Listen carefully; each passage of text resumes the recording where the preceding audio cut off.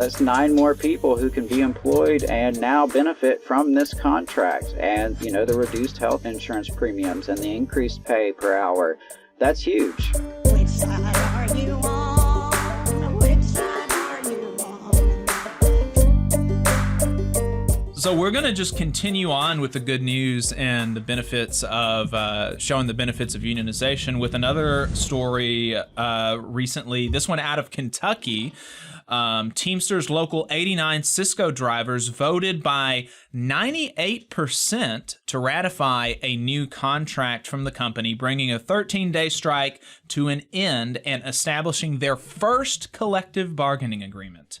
Wow. Yeah, very, very cool. Reading from the press release that Local 89 sent out at the end of the strike, they voted. The workers in local voted to join Local 89 in 2022 amid, a lot of typical concerns: wages, benefits, safety, a desire to end excruciatingly long and arduous work hours.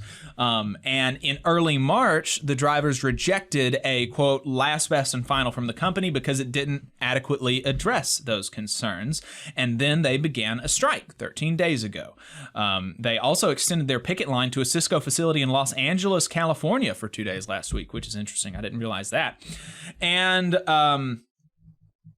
the thing that what they want is very, very impressive, it seems to me. So again, from their press release, delivery driver pay will immediately increase by $4.35 an hour.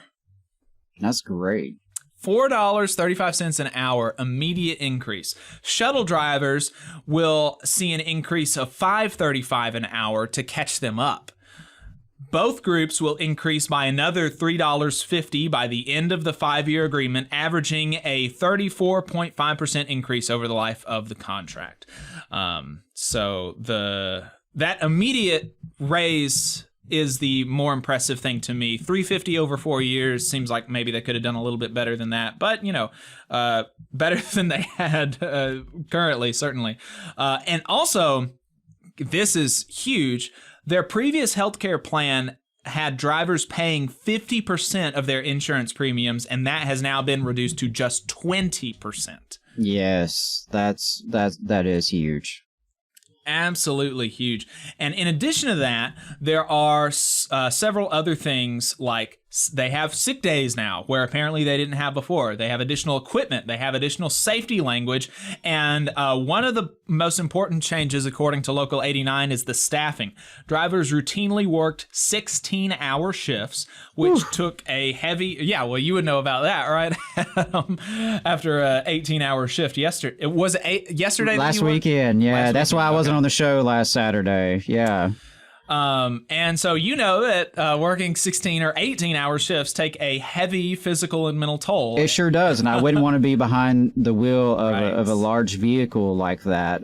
It's concerning even for me just driving home late in the evening after a long shift. And so to think that these folks are out there behind the wheel for 16 hours, it's just it's not right. Yeah, and they mentioned that often put them behind the wheel when they were dangerously exhausted. And so as part of the new contract, Sysco Louisville must now hire 9 additional delivery drivers and maintain a new minimum staffing number of 96. Anytime there are fewer than 96 delivery drivers, Sysco will be required to pay double time for all time worked in excess of 13 hours a day. Heck yeah. This double time penalty will ensure that Sysco Louisville will be hard at work trying to keep their staffing high, which in turn will provide drivers with much needed overtime relief and allow them to spend more time at home with their loved ones. This is really, really crucial stuff here.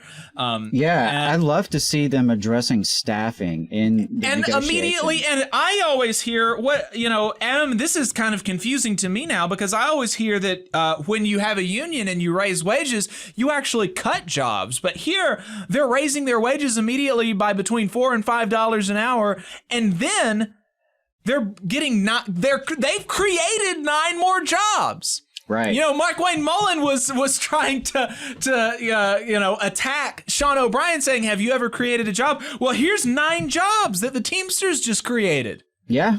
Immediately. Like, just as a matter of fact, that's what has happened. There are 9 more drivers. That's 9 more people who can be employed and now benefit from this contract. And, you know, the reduced health insurance premiums and the increased pay per hour, that's huge. And it's going to relieve the working conditions of the folks on staff. And that's what I really like to see. I mean, because I think a lot of times, you know, as workers, yes, pay is important and benefits are important, but our working conditions is what often, you know, keeps us up at night, right? And that's often what, you know, wears and tears on you is the working condition. And so to see them address that by adding additional staff, that is huge. And, you know, I really applaud Local 89 for doing that because, of course, with any contract, there's give and take, right? And it's possible maybe they could have gotten a little something else, you know, in exchange for that. But they made it a priority to, you know, enhance the working conditions of their members and make everybody safer and better off. And I think that was great. Yeah, absolutely. I think that too often unions really do prioritize wages and healthcare to the detriment, which, you know, obviously these are important things, right? Wages and healthcare, very important. But there is really not enough emphasis placed on time off from work. Right. On winning freedom from the boss. And winning appropriate staffing levels. And that's something we see, you know, a lot from nurses who have been fighting for appropriate staffing levels and nurse to patient ratios.